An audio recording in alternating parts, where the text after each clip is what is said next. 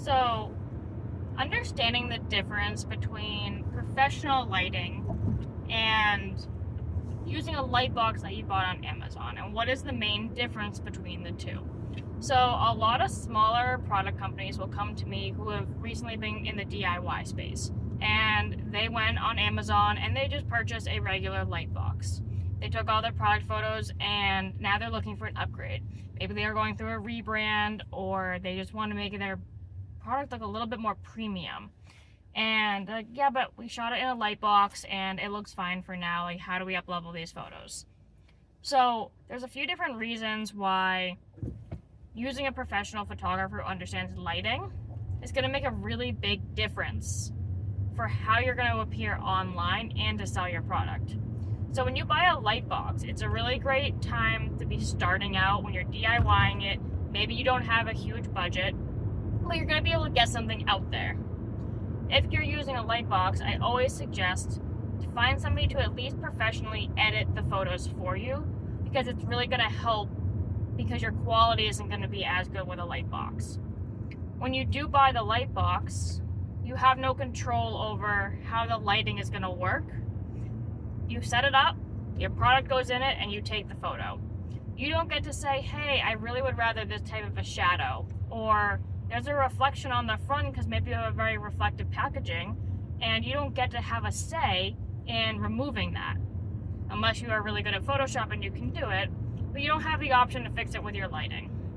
So you're very limited in what you can do, and the lighting is the same between every person who has purchased that same light box.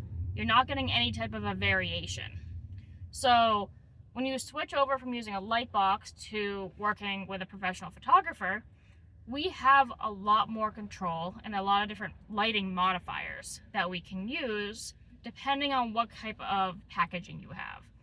If it's a glass bottle versus maybe a bag of chips versus something that's maybe a matte base, then the lighting is not going to be the same. They're very different products. So we're going to be using like a hard light versus a soft light, depending on what the product is. And we have a lot of say on how do we want our shadows to look. Do you want that really defined shadow?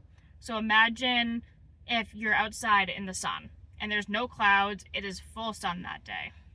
And you look down at your shadow, you're going to see a nice outline of your body. It's going to be a really hard, crisp shadow. Is that kind of the look that you're looking for and you like? Or when it's overcast and now you've got clouds everywhere, do you like that really soft look? We have the control to be able to say, hey, we can create that harsh shadow. We can create a soft shadow and make sure that it still works for how your product is being portrayed online, and making it so that your brand is cohesive in that way. Because having a hard shadow versus a soft shadow has a very different look and a very different meaning behind it. So if you don't have a very bold brand, if it is more of a light and airy kind of a brand, I would be recommending let's keep things a little bit soft and a little lighter, where if you've got a bold and punchy brand, your shadows can make a really big difference.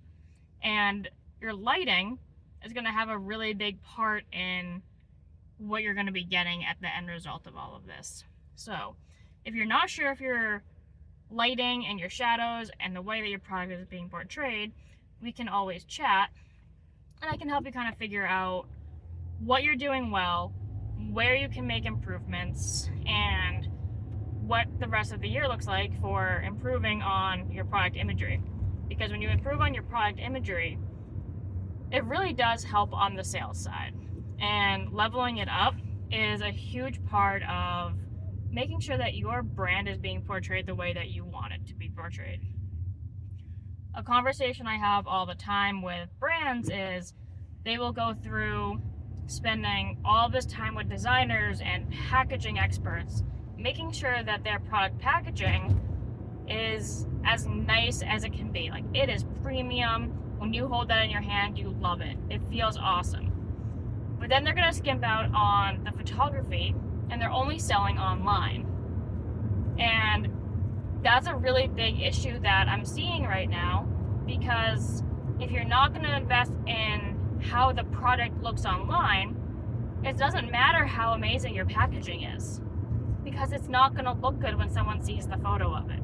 It needs to look as good in the pictures as it does when the customer has it in their hand. So we need to make sure that we're always portraying that value from your marketing materials, your e-commerce site, Amazon. So when the customer actually gets the product in hand, there's no question that the quality is the same, the product is the same that they saw online.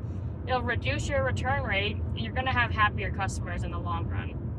So consistency is very important when it comes to your product photography, and making sure that you are showing up online the way that you want your customers to feel and what you want your customers to see when they have your product in their hand, in their home, and they're using it every single day. That's going to help them come back, because they're going to build trust in you, and they're going to know that, hey, these people do care about their product, their customers, and ambulance.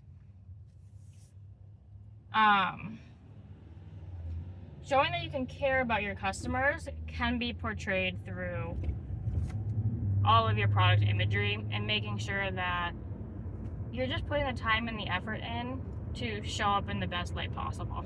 No pun intended.